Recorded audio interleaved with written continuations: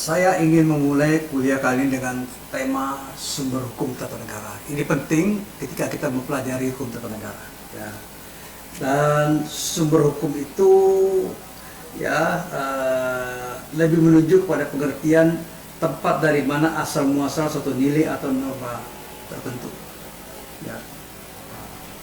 Dijelaskan dalam pasal 1 TAP MPR nomor 3 tahun 2000 ditentukan bahwa satu, sumber hukum adalah sumber yang dijadikan bahan untuk penyusunan peraturan perundang-undangan. Kedua, sumber hukum terdiri dari sumber hukum tertulis dan sumber hukum tidak tertulis. Ketiga, sumber hukum nasional adalah Pancasila, sebagaimana tertulis dalam Undang-Undang Dasar 45 dan batang tubuh Undang-Undang Dasar 45.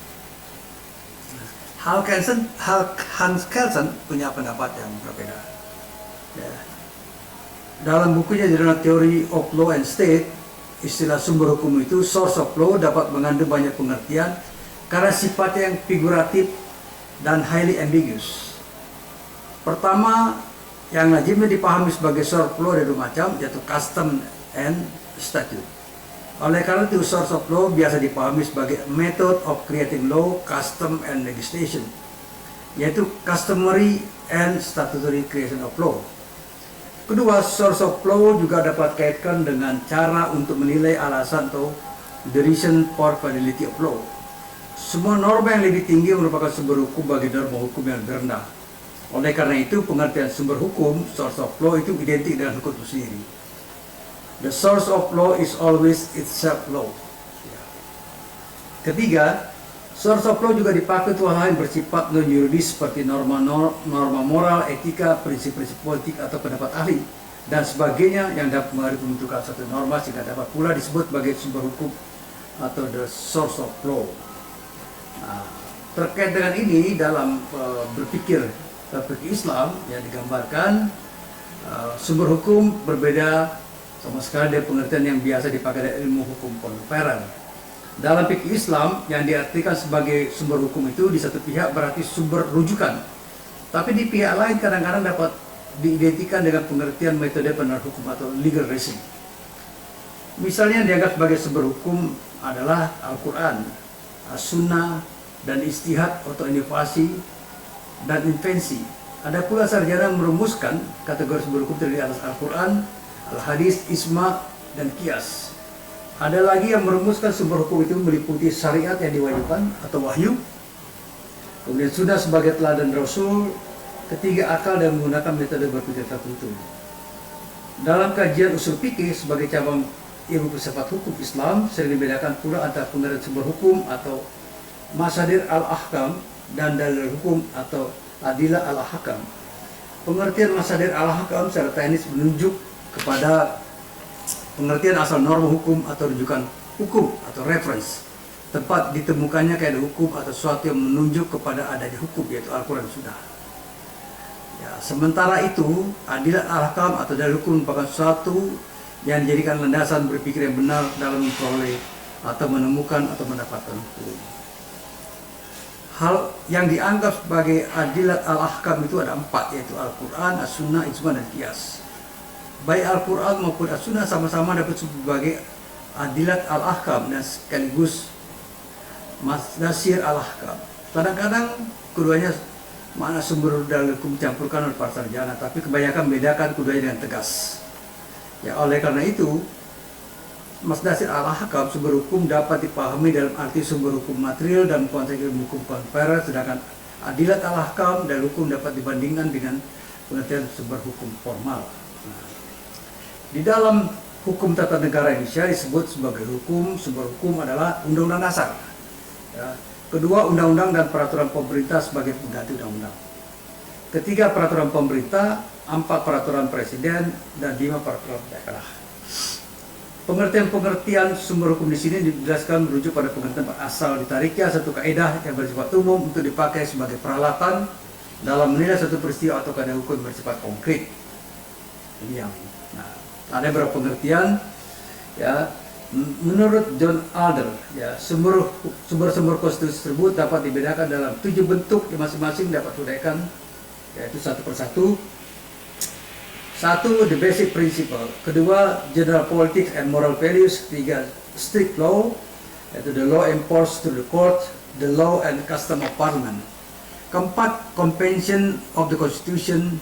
5, political practices. 6, the rules of the political parties. 7, international law. Nah, ini yang pengertian dari John Adler. Ada juga pengertian diberikan oleh Van Apeldoorn yang mengatakan kadang-kadang perkataan sumber hukum dipakai dalam konteks sejarah, kadang-kadang dalam konteks filsafat, atau kadang-kadang dalam konteks sosial. Ini yang, dan ada pula pengertian diberikan oleh Utrecht.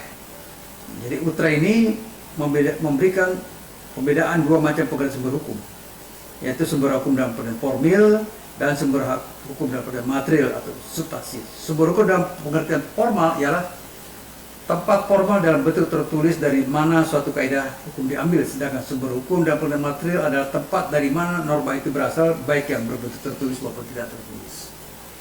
Oke, nah sekarang pengertian dari sumber hukum tata negara. Jadi kalau menurut kategori hukum formal ya,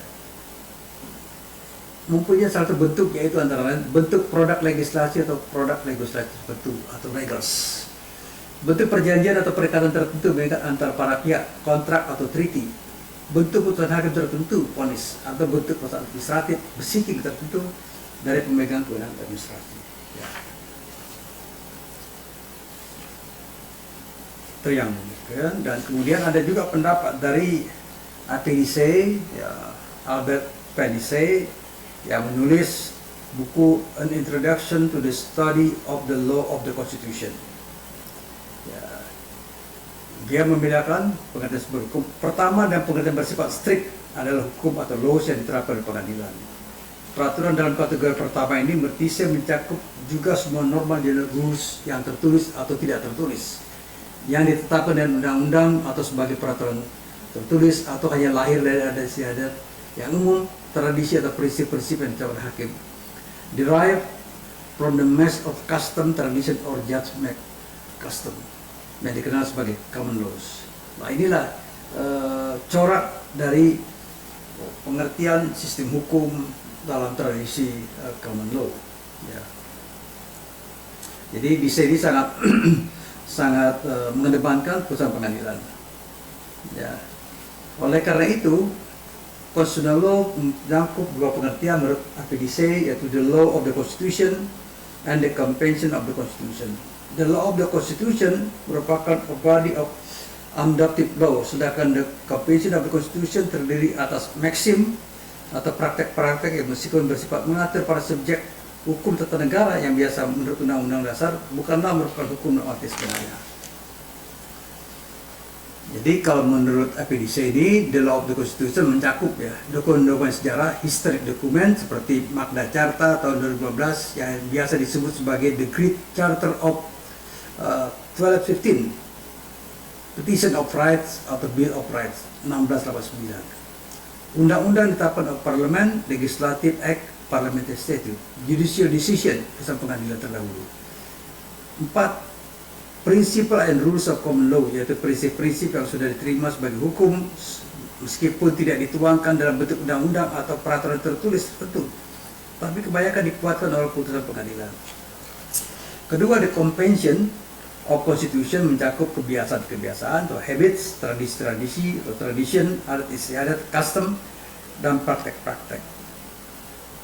Nah, ini yang ini kan ya. Jadi menurut Adler ini rincian sumber hukum tata negara Inggris meliputi 7 hal ya. Pertama, prinsip dasar, the basic principles, kemudian nilai-nilai moral dan politik, general politik and moral values. Ketiga, hukum yang mutlak, strict law, yang menurutnya meliputi hukum ditegakkan atau putusan pengadilan, the laws enforced through the courts, and 2, hukum ditetapkan oleh parlemen dan kebiasaan parlemen, the law and custom of parliament. Keempat, konvensi atau kebiasaan ketatanegaraan, Convention of the Constitution. 5, praktek-praktek termasuk yang terjadi dalam praktek penyelenggaraan kegiatan politik ketatanegaraan. 6, tata aturan partai politik. 7 hukum internasional. Ya, ini yang menurut Adler. Jadi menurut Adler, nilai-nilai moral politik juga dikelompokkan tersendiri. Ya.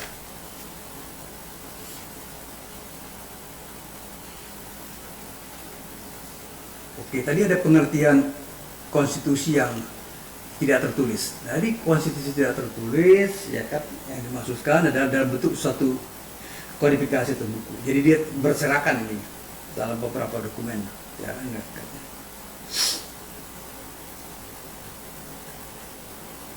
jadi kita dapat membedakan satu, pengertian norma konstitusi dalam teks, textually written constitutional rules. Kedua, norma konstitusi dalam pikiran moral negara, cognitive perceived constitutional rules. Dan tiga, norma konstitusi dalam perilaku nyata setiap warga negara, actually working constitutional rules. Nilai konstitusi yang tidak tertulis adalah hal kedua, dan yang ketiga yaitu nilai dalam hukum dan ideal tapi tidak tertulis juga diterima sebagai norma konstitusi yang mengikat dalam penyelenggaraan kegiatan bernegara. Nilai-nilai norma dimaksud dapat berupa keputusan kolektif dan sebagainya. Ya. Undang-undang dasar yang berisi norma-norma ideal haruslah menjadi living constitution atau konstitusi hidup dan dekat dengan setiap warga negara. Itu the living constitution. Setiap warga negara haruslah merasa akrab dengan undang-undang dasar dan merasa dilindungi haknya sebagai warga negara oleh undang-undang dasar serta menjadikannya sebagai pegangan dan referensi tertinggi dalam setiap urusan kenegaraan. Kemudian undang-undang dasar sebagai konstitusi tertulis, contohnya adalah Indonesia ya. Indonesia kita mengenal beberapa periode atau versi undang-undang dasar. Ya. Pertama Undang-Undang Dasar 1945 periode 1 1945 sampai 49, Konstitusi RIS tahun 49, periode berlaku 1949 sampai 1950. Ketiga Undang-Undang Dasar sementara tahun 50, periode berlaku 1950 sampai 1959. 4 periode 45 periode kedua yaitu 1959 sampai 1999. Undang-Undang Dasar 45 periode 3 1999 sampai 2000. Undang-Undang Dasar 45 periode keempat 2000 sampai 2001. 7 Undang-Undang Dasar periode kelima 2001 sampai 2002 dan Undang-Undang Dasar 1945 periode ke-6 yaitu dari 2002 sampai saat ini. Jadi ini yang disebut sebagai periodisasi dari ya kan. Nah, jadi ada perbedaan ini bahwa periode pertama Undang-Undang Dasar 45 masa berlaku 1945 sampai 1959 berisi naskah asli Undang-Undang Dasar 45 tanpa disertai dengan penjelasan resmi. Karena pada awal satu penjelasan itu hanya merupakan penjelasan tentang Undang-Undang Dasar 45, bukan dimaksudkan sebagai penjelasan Undang-Undang Dasar 1945. Periode kedua 1959 sampai 1999 berisi naskah Undang-Undang Dasar 45 ditambah penjelasan Undang-Undang Dasar 1945. Periode ketiga 1999 sampai 2000 berisi naskah Undang-Undang Dasar 45 versi tahun 1959 ditambah dengan perubahan pertama tahun 1999. Periode keempat berisi naskah Undang-Undang Dasar 45 versi tahun 1959 ditambah dengan perubahan pertama tahun 1999 dan perubahan kedua tahun 2000. Periode kelima masa berlaku 2001 sampai 2002 berisi naskah-naskah Undang-Undang Dasar 45 versi tahun 1999 ditambah perubahan pertama pada 1999, perubahan kedua pada 2000 dan perubahan ketiga pada 2001. Dan periode ke-6 2002 sampai sekarang berisi naskah Undang-Undang Dasar 45 versi tahun 1999 ditambah dengan perubahan pertama tahun 1999, perubahan kedua tahun 2000, perubahan ketiga tahun 2001 dan perubahan keempat tahun 2002. Jadi susunan naskah yang terakhir inilah yang dapat dikatakan sebagai naskah resmi sejak perubahan keempat tahun 2002 yaitu terdiri 5 berkas ya. Undang-Undang Dasar 45 versi dekret Presiden 5 Juli, naskah perubahan pertama Undang-Undang Dasar 45, naskah perubahan kedua, naskah perubahan ketiga, naskah perubahan keempat, kelima naskah cetak dalam bentuk konsolidasi oleh Sekretariat Jenderal ya dengan kode bintang-bintang. Oke. Kemudian peraturan perundangan tertulis, kelima sumber hukum sebagaimana ditetapkan sebelumnya bahwa secara umum diakui baik di dunia teori maupun praktek di berbagai negara konstitusional.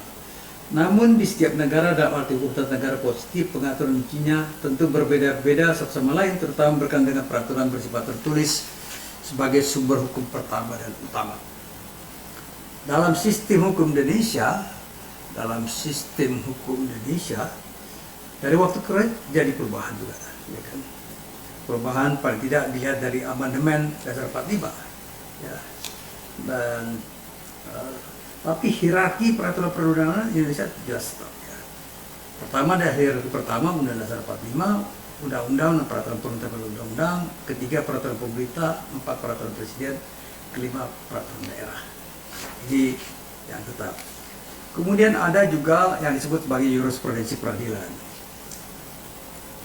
Dalam sistem common law, putusan pengadilan justru lebih utama sesuai dengan ajas presiden. Akan tetapi dalam tradisi civil law, putusan pengadilan tidak dianggap paling utama, meskipun tetap dijadikan sebagai salah satu sumber hukum. Tidak semua putusan pengadilan dapat dijadikan referensi mengikat. Untuk dapat mengikat sebagai sumber hukum, putusan pengadilan harus lebih dahulu memenuhi syarat sehingga diakui sebagai jurisprudensi yang sama. Ya. Di Inggris, Amerika Serikat, Kanada, Australia, istilah jurisprudence berarti ilmu hukum. Sebab sejak mula hukum dalam tradisi Anglo-Saxon memang tumbuh dari putusan-putusan pengadilan. Ilmu hukum dikembangkan dengan cara mempelajari kasus-kasus dan putusan pengadilan. Oleh karena itu, lama-kelamaan istilah jurisprudence di Inggris dan negara-negara berbahasa Inggris lainnya yang dipengaruhi sistem hukum Anglo-Saxon berkembang dalam pengertian ilmu hukum.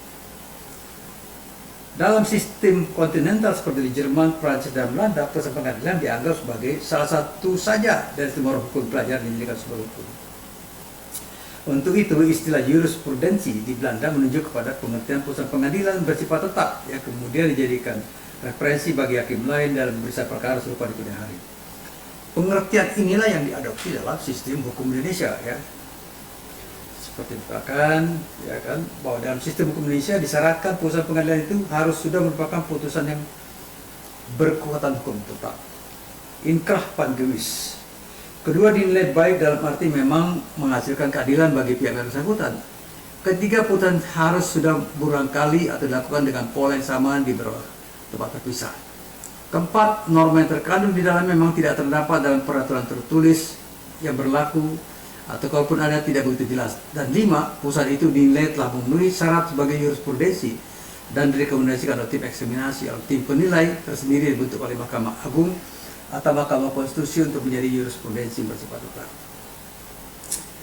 Sumber selanjutnya adalah Konvensi Ketatanegaraan atau Constitutional Convention atau kadang-kadang disebut sebagai Convention of the Constitution. Konvensi tidak identik dengan kebiasaan. Ya. Dengan demikian, Konvensi Ketatanegaraan juga tidak identik dengan kebiasaan ketatanegaraan. Kebiasaan menuntut adanya perulangan teratur, sedangkan konvensi tidak selalu harus dijadikan dasar pengulangan. Konvensi Ketatanegaraan dapat berbentuk kebiasaan, dapat berbentuk praktek-praktek atau constitutional usage. Terhadap hal ini, yang penting adalah bahwa kebiasaan, kelaziman, dan praktek yang harus dilakukan dalam proses penyelenggaraan negara, meskipun tidak tertulis, dianggap baik dan berguna dalam penyelenggaraan negara menurut Undang Dasar. Oleh karena itu, meskipun tidak didasarkan pada ketentuan tertulis, tapi hal ini dinilai penting secara konstitusional. Itu pengertiannya. Dan dalam praktek terhadap Inggris ini sebagai suatu rujukan, ya, sebagian besar Konvensi Ketatanegaraan mengatur hubungan antar cabang-cabang kekuasaan. Ya, khususnya mengatur the relationship between the monarch, minister, and parliament. Kedua, the relationship between minister among themselves, and ketiga, the relationship between minister and civil servant. Kadang-kadang konvensi berfungsi sebagai device for adjusting the strict law to meet the changing demand of politics. Dengan demikian, kebiasaan ketatanegaraan itu berfungsi melancarkan jalan sehingga norma hukum dapat dijalankan dengan menggunakan praktek. Ya. Dalam pengalaman di Inggris, seperti contoh diuraikan bahwa the Queen's assent is required for a valid act of Parlemen. Dalam praktek ini perubahan akhirnya berkembang sebagai konvensi bahwa the Queen must always assent to a bill. Pada tulis menentukan Parlemen must meet at least every 3 years. Tapi kemudian berubah karena konvensi menjadi Parlemen must meet annually. Ini yang praktek-praktek di Inggris, ya.